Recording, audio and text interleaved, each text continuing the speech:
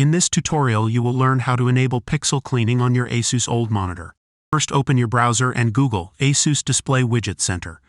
Click on ASUS Display Widget Center.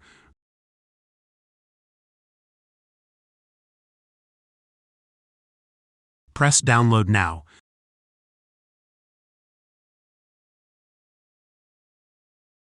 Double-click the file you just downloaded and drag the contents into your desktop.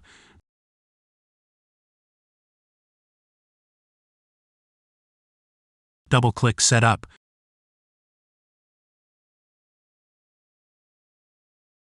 Press Next.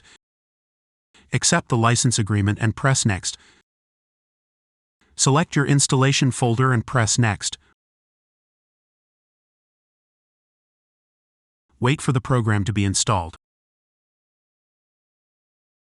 Press Close.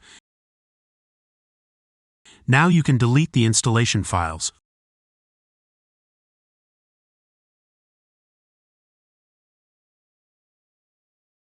Open the ASUS Display Widget Center. Press Yes.